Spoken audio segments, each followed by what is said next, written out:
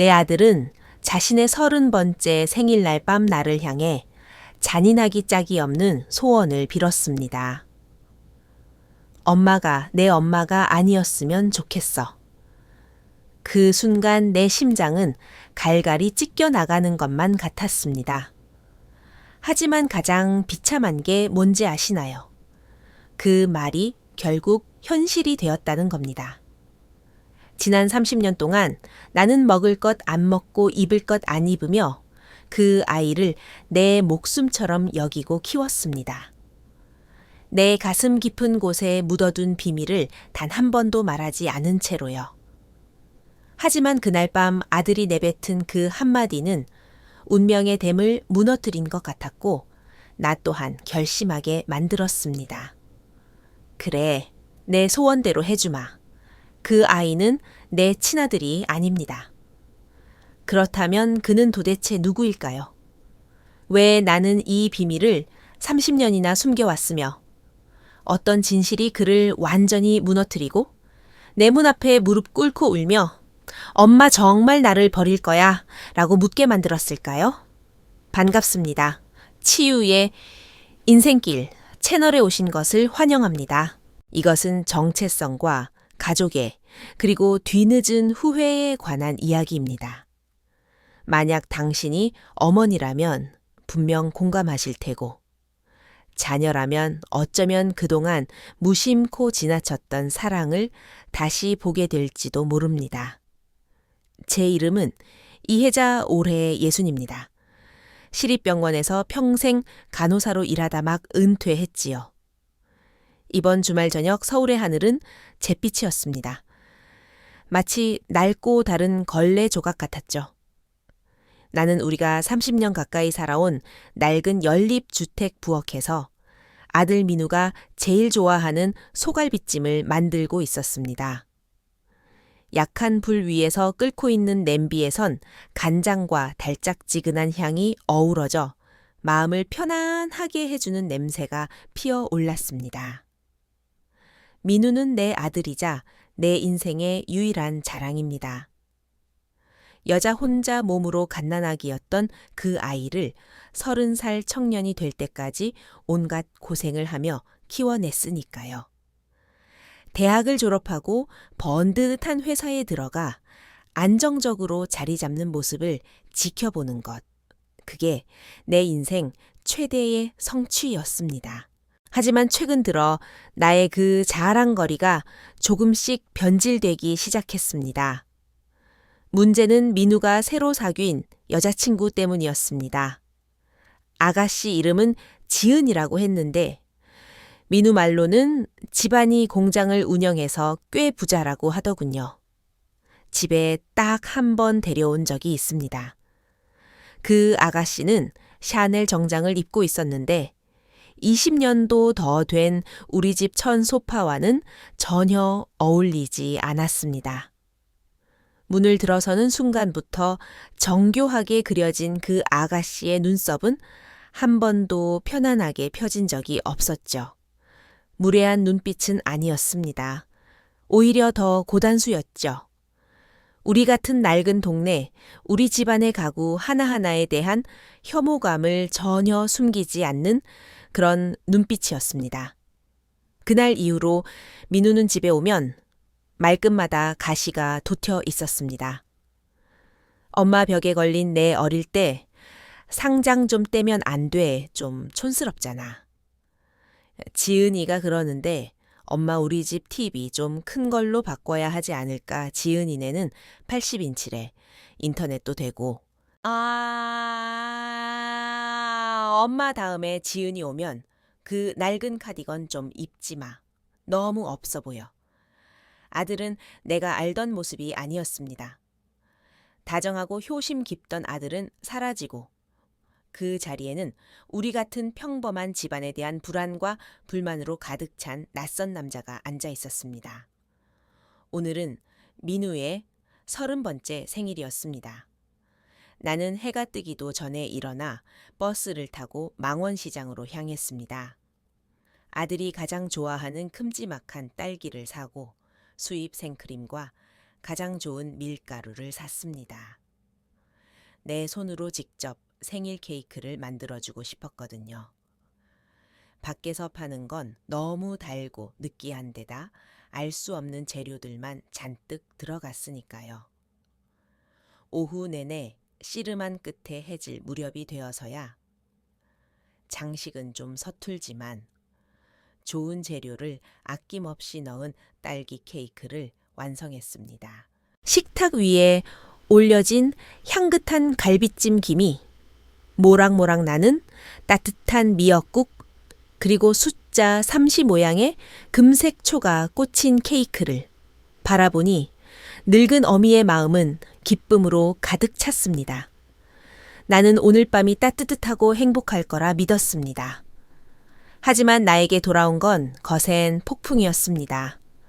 저녁 입엇이 문이 쾅 하고 열리더니 민우가 들어왔습니다. 안색이 흙빛인 데다 눈은 풀려 있었고 술 냄새가 진동을 했습니다. 들어오자마자 꽤 비싸 보이는 명품 코트를 소파에 거칠게 내동댕이 치더니 부엌에 있던 나를 향해 짜증 섞인 목소리로 말했습니다.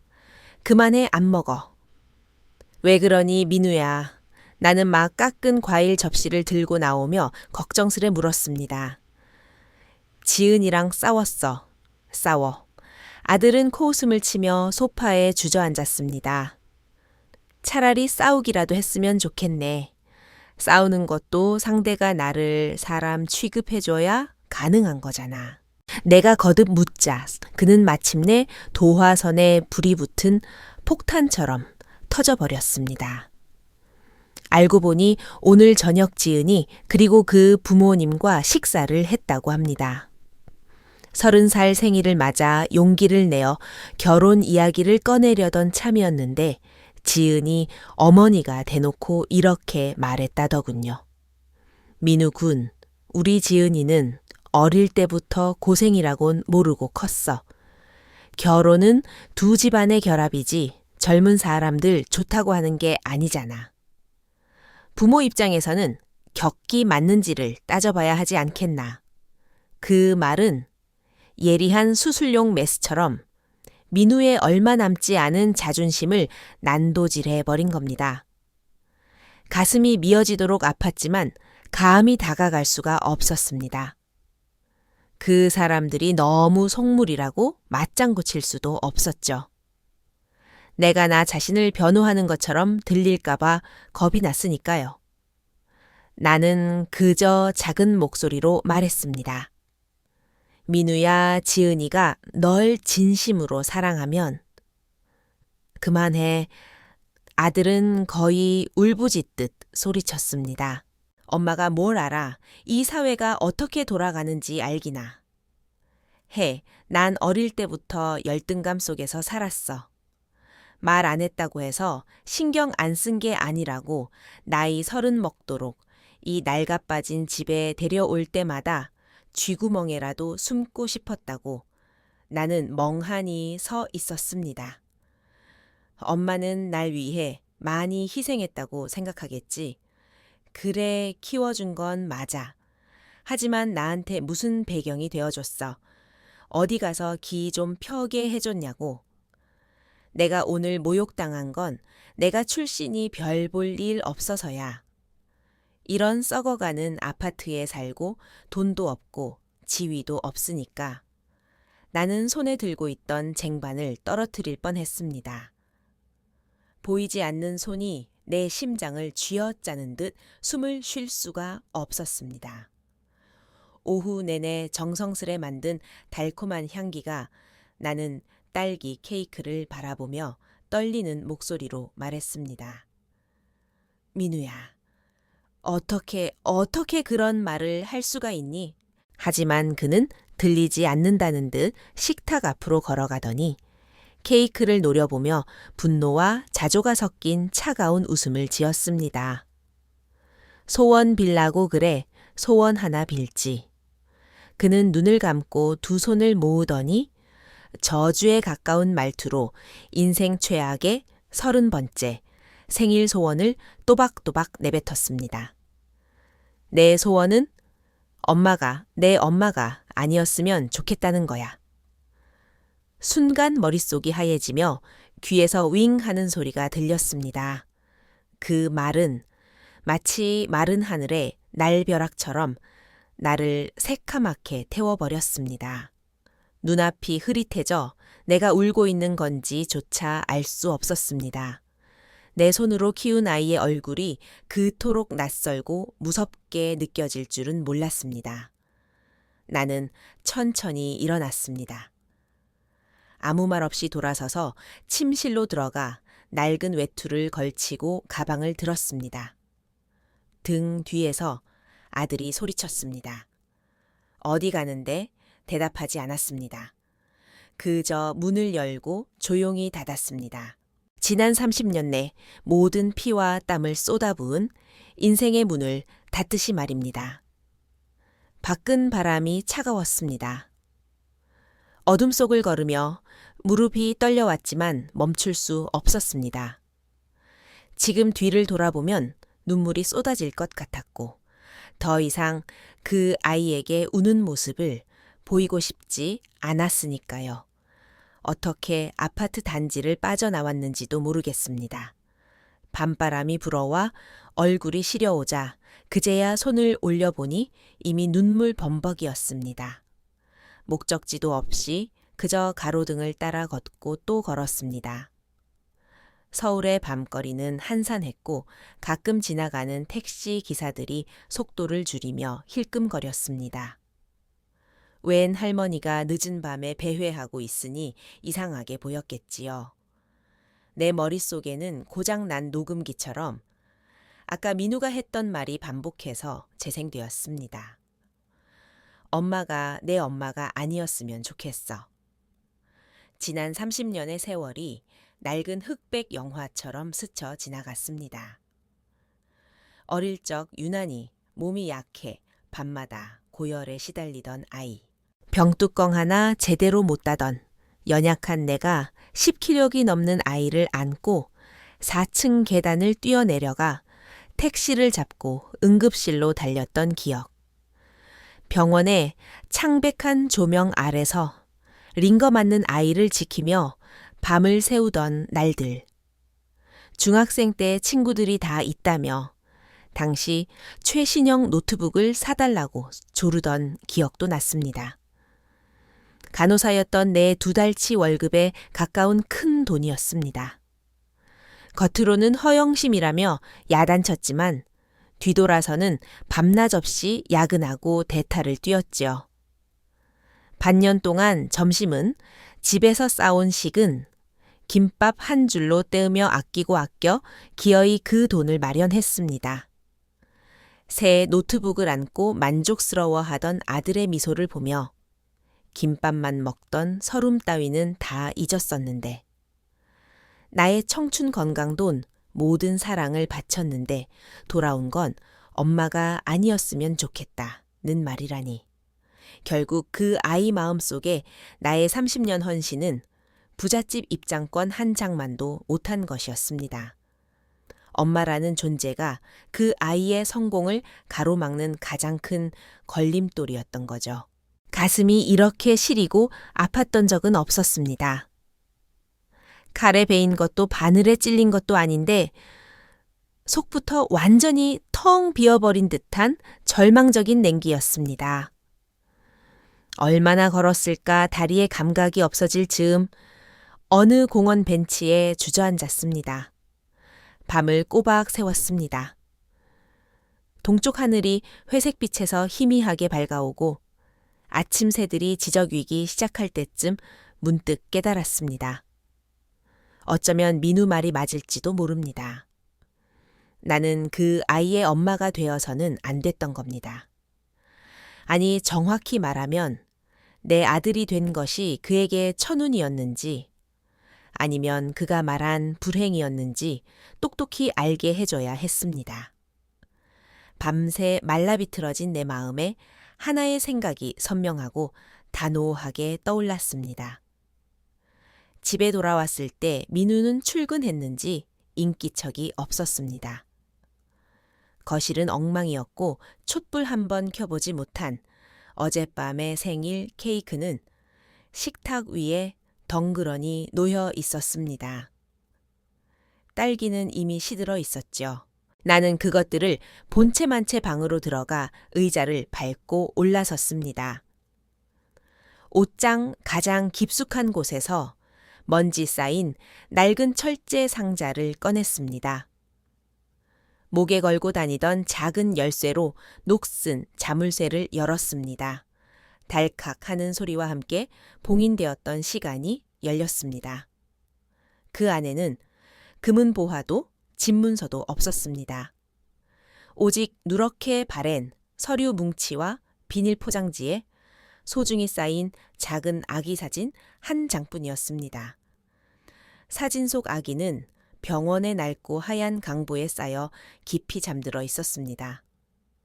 쭈글쭈글한 얼굴이 꼭 작은 노인 같았죠. 내 손가락이 그 앳된 얼굴을 쓸어내리자 30년 전의 기억이 댐 터진 물살처럼 밀려왔습니다.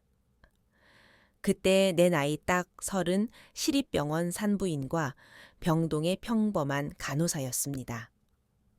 어느 날 부유해 보이는 젊은 여자가 실려와 남자아이를 낳았습니다. 하지만 아이는 태어나자마자 선천성 심장 질환인 팔로 세이징 진단을 받았습니다. 수술도 여러 번 해야 하고 돈도 많이 들지만 생존을 장담할 수 없는 복잡한 병이었지요.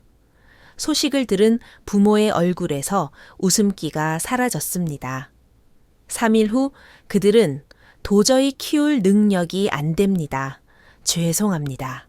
라고 갈겨 쓴 쪽지와 입원비 정도만 겨우 되는 현금을 남기고 증발해 버렸습니다. 그 버려진 아이가 바로 민우였습니다. 아직도 생생합니다. 병원 동료들은 혀를 찼습니다. 불쌍해서 어쩌나 저런 부모 만났으니 살기 글렀네. 다들 나보고 오지랖 부리지 말라고 병원에선 흔한 일이라고 말렸습니다. 하지만 발길이 떨어지지 않았습니다. 당직 때마다 신생아실 인큐베이터로 달려가 그 작고 약한 몸을 들여다봤습니다. 울음소리조차 크게 내지 못하는 그 아이가 가끔 눈을 떠 맑은 샘물 같은 눈동자로 나를 바라볼 때면 가슴이 저릿하고 아파 견딜 수가 없었습니다. 나는 당시 모두가 미쳤다고 했던 결정을 내렸습니다. 수간호사였던 김 여사님의 만류도 부모님의 격렬한 반대도 무릅쓰고 정식 입양 절차를 밟았습니다. 이름은 민우민유 총명하고 하늘의 도움을 받으라는 뜻으로 지어주었죠. 아이를 살리기 위해 모아둔 돈을 다 썼습니다. 모자라면 형편도 넉넉지 않은 친척 친구들에게 손을 벌려가며 온갖 눈총과 비웃음을 견뎠습니다.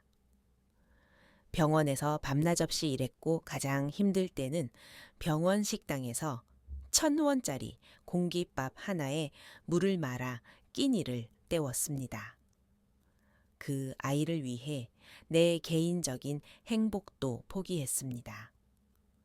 30 초반 중매 자리도 꽤 들어왔지만 아픈 아이를, 그것도 남의 아이를 키운다는 말에 남자들은 하나같이 도망갔습니다. 한 번은 민우가 어릴 때 이웃집 아이가 아빠에게 안기는 걸 보고 천진난만하게 물었습니다. 엄마, 내 아빠는? 가슴이 바늘로 찔린 듯 아팠지만 그 아이 머리를 쓰다듬으며 내 인생 유일한 거짓말을 했습니다. 아빠는 우릴 떠났어. 하지만 괜찮아. 엄마가 있잖아.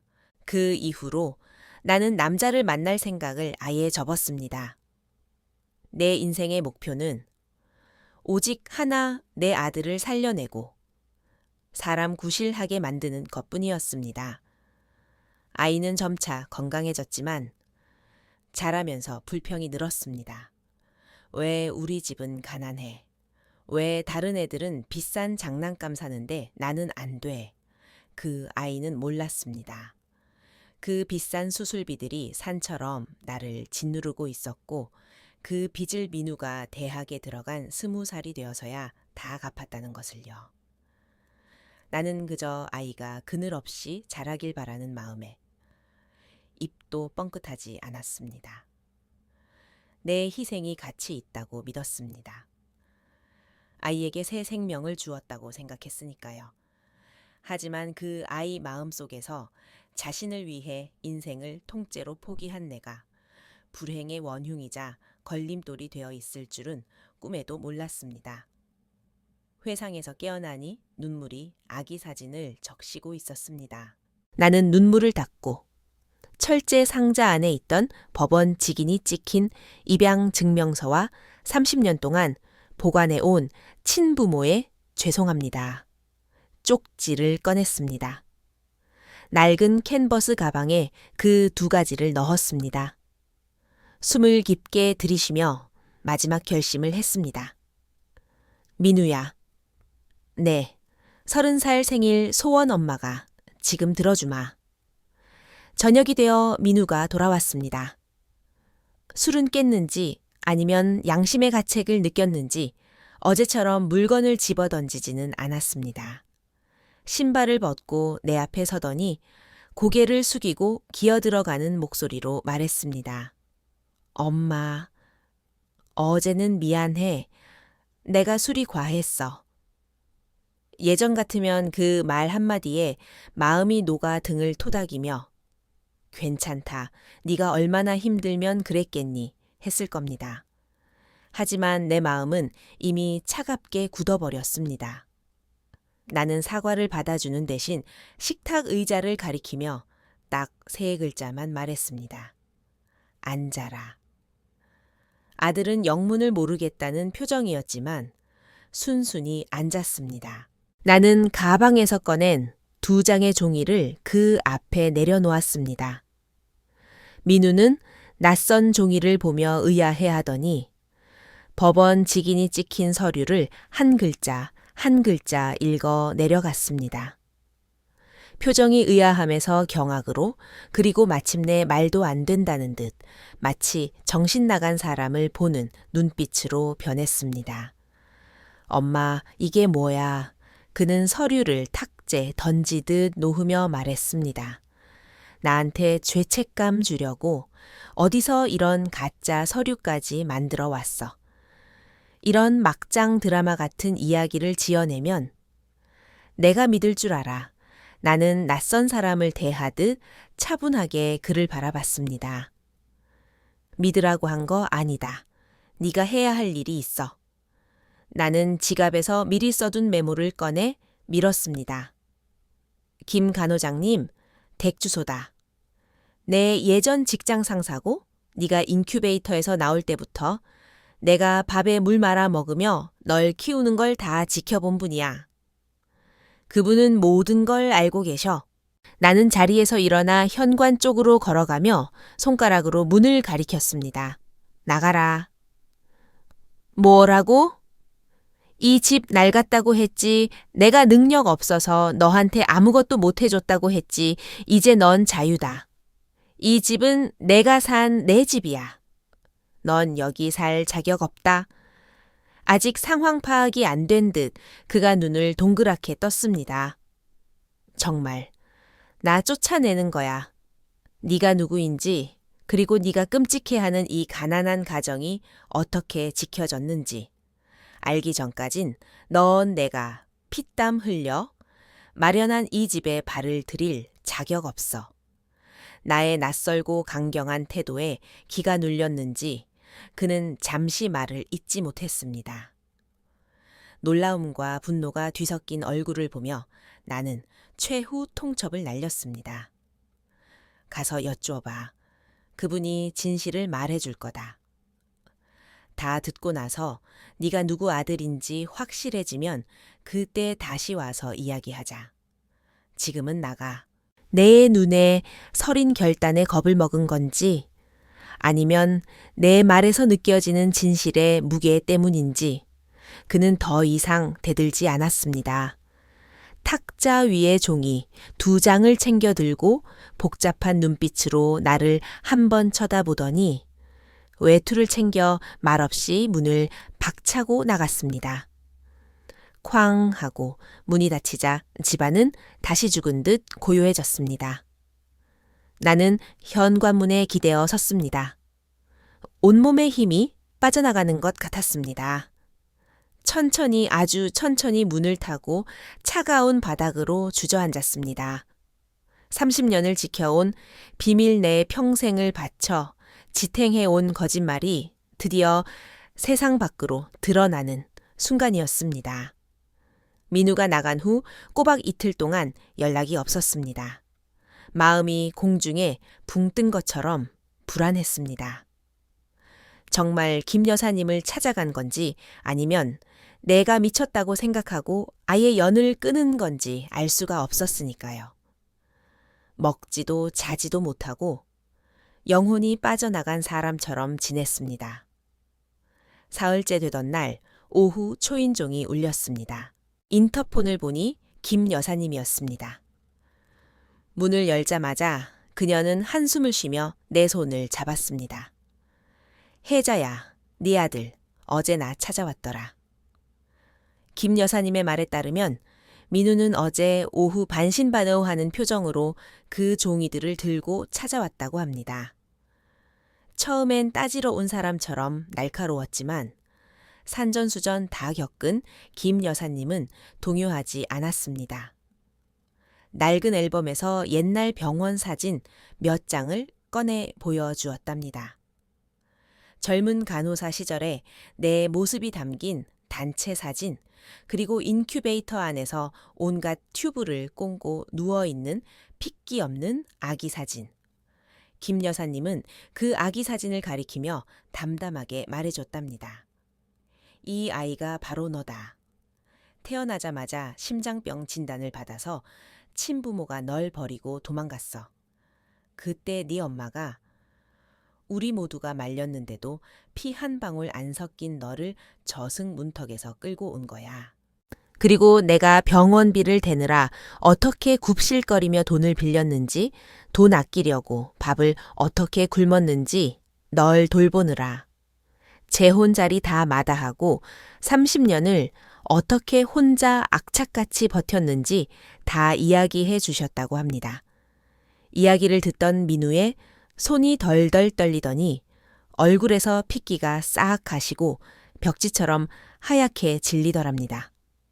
김 여사님의 말을 듣고 나니 가슴이 철렁 내려앉았습니다. 이제 그 아이도 믿게 된 겁니다. 세상에서 가장 잔인한 진실이 예리한 칼날처럼 그의 지난 30년 인생을 두 동강 내버린 것입니다. 그날 밤 폭우가 쏟아졌습니다. 굵은 빗방울이 창문을 세차게 때리며 누군가를 위해 대신 울어주는 것 같았습니다.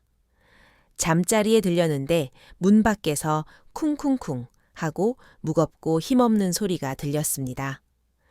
깜짝 놀라 인터폰을 보니 민우였습니다. 온몸이 흠뻑 젖어 머리카락이 이마에 달라붙어 있었고 빗물인지 눈물인지 모를 것이 뺨을 타고 흘러내렸습니다. 넋이 나간 사람처럼 차가운 철문에 기대어 있는 모습이 마치 온 세상에 버림받은 갈 곳 없는 아이 같았습니다. 가슴이 덜컥 내려앉았지만 문을 열지 않았습니다. 엄마, 문 좀 열어줘요. 엄마. 울음 섞인 목소리가 들려왔습니다. 나는 문 뒤에 기대어 그 소리를 들으며 소리 없이 눈물을 흘렸습니다.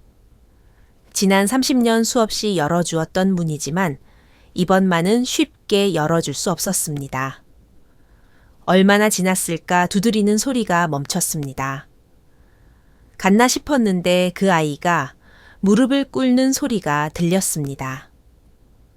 엄마, 내가 잘못했어. 정말 잘못했어. 두꺼운 철문 너머로 쉰 목소리가 들려왔습니다. 내가 미쳤었나 봐. 그런 말을 하는 게 아니었는데 엄마를 무시하고 내가 사람이 아니야. 나는 눈을 감고 눈물을 흘려보냈습니다. 한참을 울던 아들이 비명을 지르듯 가슴 찢어지는 질문을 던졌습니다. 엄마 정말 나 버릴 거야. 내 생일 소원이 진짜 이루어진 거야. 그는 차가운 철문에 머리를 쿵쿵 찌으며 후회를 쏟아냈습니다. 그 소리가 무딘 칼처럼 내 심장을 도려내는 것 같았습니다. 나는 마침내 천천히 문을 열었습니다. 빗속에 무릎 꿇고 울어서 퉁퉁 부은 민우의 얼굴을 보니 가슴이 찢어질 듯 아팠습니다. 하지만 지금 마음이 약해지면 그동안의 모든 게 허사가 될 것임을 알았습니다. 민우야, 일단 일어나라. 바닥 차다. 그가 고개를 들었습니다. 눈동자 희망의 빛이 스치는 듯했습니다. 비틀거리며 일어나는 그에게 나는 신발장에서 우산을 꺼내 건넸습니다. 가라. 그의 얼굴에 떠올랐던 희망이 순식간에 꺼지고 완전한 절망이 들어찼습니다. 엄마. 나는 또박또박 말했습니다. 미안하다는 말 한마디로 30년 키운 은혜를 갚을 순 없어. 그리고 네가 그날 밤 내뱉은 말로 생긴 상처도 지워지지 않는다. 널 키운 건 나를 무시하라고 키운 것도 아니고 내 앞에서 무릎 꿇고 빌라고 키운 것도 아니야. 난 네가 올바르고 감사할 줄 아는 사람이 되길 바랐어. 하지만 지금 보니 내가 자식 농사를 잘못 지은 것 같구나. 나는 그의 차가운 손에 우산을 쥐어주었습니다. 네가 원하던 답은 이미 줬다. 오늘부터 넌 내 아들이 아니고 나도 네 엄마가 아니다. 우리 인연은 이걸로 끝난 거야. 네가 그토록 원하던 부자, 부모 폼 나는 배경, 네가 알아서 찾아가거라. 충격과 고통으로 일그러진 아들의 얼굴을 외면한 채 나는 천천히 하지만 단호하게 문을 닫았습니다. 문 밖에서는 참았던 통곡 소리가 터져 나왔고 문 안쪽에서는 문에 기대어 주저앉은 늙은 어미의 오열이 이어졌습니다. 문을 닫은 후 민우는 한참을 문 밖에서 울다가 시끄러운 소리에 나온 이웃의 만류로 결국 돌아갔습니다. 그날부터 아들은 정말 내 세상에서 사라진 것처럼 연락이 없었습니다. 처음 며칠은 마음이 텅 빈 것 같아 아무것도 할 수 없었습니다. 하지만 시간이 지나면서 나는 나를 위해 사는 법을 배우기 시작했습니다. 복지관 서예 교실에도 등록하고 친구들과 산에 꽃 구경도 다녔습니다. 젊은 시절 하고 싶었지만 시간이 없어 못했던 일들을 하나씩 해 나갔습니다. 아들이 없어도 세상은 무너지지 않더군요. 다만 깊은 밤이 되면 텅 빈 아들 방을 보며 남몰래 눈물을 훔치곤 했습니다. 그렇게 밋밋하게 한 달이 지났습니다. 어느 토요일 오전 초인종이 울렸습니다. 이웃인가 싶어 문을 열었는데 민우였습니다. 살이 쏙 빠지고 얼굴은 까맣게 탔지만 티셔츠에 청바지를 입은 모습이 예전보다 훨씬 단단해 보였습니다. 한 손에는 시장에서 갓 사온 흙 묻은 죽순을, 다른 손에는 싱싱한 생선 한 마리를 들고 있었습니다. 나를 보자 펑펑 울 줄 알았는데 그는 수줍은 청년처럼 멋쩍게 웃었습니다. 엄마. 그는 손에 든 것을 내밀었습니다. 시장 지나다가 죽순이 좋길래 엄마 죽순 넣고 끓인 국 좋아하잖아. 생선도 오늘 들어온 거래. 나는 받지도 않고 들어오라고 하지도 않은 채 문가에 기대어 그를 바라보기만 했습니다. 그도 내 냉담함을 예상했는지 물건을 조용히 문 앞에 내려놓고 꾸벅 허리를 숙였습니다. 엄마 건강 잘 챙겨. 그러곤 뒤돌아갔습니다. 그날부터 매주 토요일 오전이면 어김없이 문 앞에 무언가가 놓여 있었습니다. 어떨 때는 과일 한 봉지, 어떨 때는 줄 서서 사온 내가 좋아하는 롤케이크, 또 어떨 때는 소박한 들국화 한 다발이었습니다. 그는 절대 벨을 눌러 나를 방해하지 않았습니다. 그저 물건만 두고 조용히 사라졌습니다. 우리는 문 하나를 사이에 두고 이상하고도 무언의 약속을 지키고 있었습니다. 입으로는 김 여사님께 난 아들 없는 셈 쳤어요 라고 했지만 매번 인터폰으로 그 쓸쓸한 뒷모습이 계단 너머로 사라질 때까지 지켜보다가 문을 열고 물건을 들여놓곤 했습니다. 그 아이가 서툴지만 자기만의 방식으로 다가오려 노력한다는 걸 알고 있었으니까요. 그렇게 반년이 지났습니다. 어느 날 오후 집에서 서예 연습을 하는데 낯선 번호로 전화가 왔습니다. 젊은 여자의 다급한 목소리였습니다. 여보세요, 민우 씨. 어머니 되시나요? 여기 시립병원 사회복지실인데요. 민우 씨가 사고를 당해서 지금 응급실에 있어요. 오실 수 있으세요? 머릿속이 윙 울리더니 백지가 되었습니다. 들고 있던 붓을 떨어뜨려 화선지에 먹물이 흉하게 번졌습니다. 아무 생각도 할 수 없었습니다. 지갑만 챙겨 병원으로 뛰었습니다. 응급실 침대에 민우가 누워 있었습니다. 임에는 피가 배어 나온 거즈를 붙이고 있었고 팔에도 찰과상이 가득해 몰골이 말이 아니었습니다. 다행히 의식은 또렷했습니다. 나를 보자 놀란 듯 몸을 일으키려 했습니다. 엄마, 어떻게 알고 왔어? 다 큰 녀석이 제 몸 하나 간수 못하고 이게 뭐니? 퉁명스럽게 쏘아붙였지만 내 목소리는 파르르 떨리고 있었습니다. 그때 전화를 걸었던 사회복지사가 다가와 자초지종을 설명했습니다. 알고 보니 민우는 지난 반년 동안 매주 이 병원에 와서 봉사활동을 해왔던 겁니다. 나처럼 자식이 없거나 거동이 불편한 독거노인들을 위해 말동무도 해주고 휠체어를 밀어 산책도 시켜주는 일이었지요. 오늘 오후 휠체어 탄 할아버지를 모시고 병원 정원을 산책하는데 갑자기 오토바이 한 대가 튀어나왔답니다. 할아버지가 치일 뻔한 순간 민우가 몸을 날려 휠체어를 밀쳐내고 대신 부딪힌 겁니다. 할아버지는 무사했지만 민우가 머리와 팔을 다친 거죠. 복지사는 존경 어린 눈빛으로 민우를 바라보며 말했습니다. 민우 형님, 정말 좋은 분이에요. 반년 동안 묵묵히 일만 하셔서 할머니, 할아버지들이 얼마나 좋아하시는데요. 나는 멍하니 서서 침대를 바라보았습니다. 칭찬을 들어 쑥스러운지 얼굴이 빨개진 아들을 보니 가슴 한구석이 찡하고 뭉클했습니다. 침대 곁으로 다가가 이마의 상처를 보며 피 성겨 붙은 머리카락을 살며시 정리해 주었습니다. 왜? 나는 작게 물었습니다. 왜 하필 여기 와서 이런 일을 했어? 한참 침묵하던 그가 귓속말처럼 작은 목소리로 대답했습니다. 예전엔 엄마 직업이 그냥 간호사라고 평범해서 싫다고 했잖아. 근데 그날 이후로 곰곰이 생각했어. 그의 목소리가 조금씩 떨렸습니다. 엄마는 사람을 돌보고 생명을 구하는 사람이었어. 피 한 방울 안 섞인 나를 주워다가 살려냈잖아.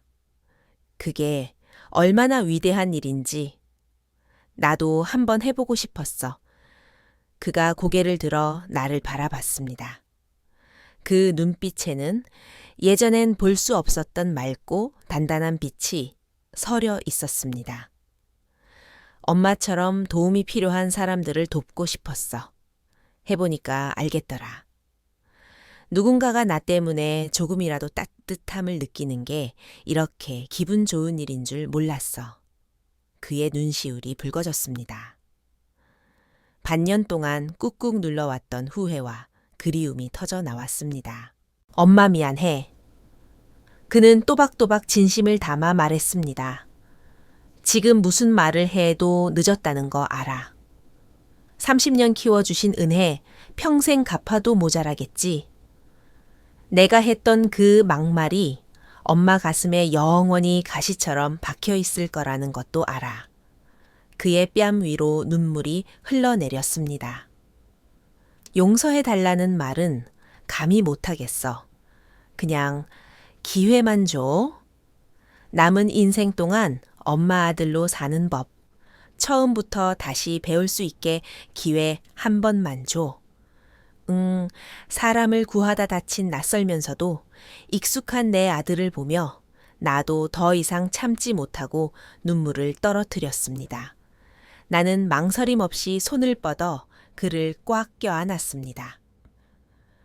용서한다는 말 대신 30년 전 인큐베이터 속 그 작고 약한 아이를 안고 했던 말을 귓가에 속삭여 주었습니다. 엄마 여기 있다. 민우는 일주일 동안 입원했습니다. 그 일주일은 우리 모자가 보낸 30년 중 가장 가까웠던 시간이었습니다. 나는 매일 그가 좋아하는 국과 반찬을 쌓아들고 병원을 찾았습니다. 우리는 참 많은 이야기를 나눴습니다. 어릴 적 실수담 내 젊은 시절, 병원 에피소드, 그리고 그가 감히 묻지 못했고 나도 차마 말하지 못했던 입양에 관한 이야기들까지. 우리는 약속이나 한 듯 지은이라는 이름도 상처뿐이었던 30살 생일날 밤 이야기도 꺼내지 않았습니다. 어떤 상처는 굳이 들추지 않아도 따뜻한 새 기억으로 덮어두면 자연스레 아물기도 하니까요. 퇴원 후 민우는 바로 집으로 들어오지 않고 좁은 원룸에서 지내기로 했습니다. 제 힘으로 온전히 자리를 잡고 싶다더군요. 대신 주말마다 집에 와서 밥을 먹었습니다. 이제 빈손으로 오지도 않고 문 앞에 물건만 두고 가지도 않았습니다. 부엌에 들어와 서툰 솜씨로 채소를 다듬고 간장은 뭘 써야 하는지, 불 조절은 어떻게 하는지 내 잔소리를 들으며 요리를 배웠습니다. 우리 집에 다시 사람 사는 냄새가 나기 시작했습니다. 시간은 빠르게 흘러 어느덧 민우의 31번째 생일이 돌아왔습니다. 작년처럼 거창하게 준비하지 않았습니다. 평범한 주말처럼 그가 좋아하는 고기 반찬에 나물 몇 가지를 묻혔습니다. 민우가 돌아올 때 아주 작고 소박한 케이크 하나를 들고 왔더군요. 엄마 올해 케이크는 내가 샀어. 우리는 그 좁고 낡은 거실에 마주 앉아 작은 케이크에 초를 딱 하나만 꽂았습니다. 왜 하나만 꽂니? 내가 웃으며 묻자 그가 진지한 눈빛으로 말했습니다. 올해가 제 인생의 첫 살이잖아요. 사람답게 사는 법을 배우기 시작한 첫 해니까요. 나는 재촉했습니다. 그래 그만하고 소원이나 빌어. 그는 눈을 감고 촛불 아래서 오랫동안 소원을 빌었습니다. 초를 끄고 나서 내가 물었습니다. 무슨 소원을 그렇게 길게 빌어? 그는 케이크를 잘라 내 앞에 먼저 조심스레 놓고는 맑게 빛나는 눈으로 나를 바라보며 말했습니다. 엄마 첫 번째 소원은 엄마가 건강하게 오래오래 사는 거고, 두 번째 소원은 내가 빨리 돈 모아서 엘리베이터 있는 집으로 이사 가는 거야. 엄마 다리 아프게 계단 오르내리지 않게. 잠시 말을 멈춘 그의 목소리가 조금 메어왔습니다. 세 번째 제일 중요한 소원은요. 만약 정말 다음 생이 있다면 그때는 내가 엄마 친아들로 태어나고 싶어. 건강하게 태어나서 엄마 고생 안 시키고 엄마가 나 때문에 인생 포기하는 일 없게.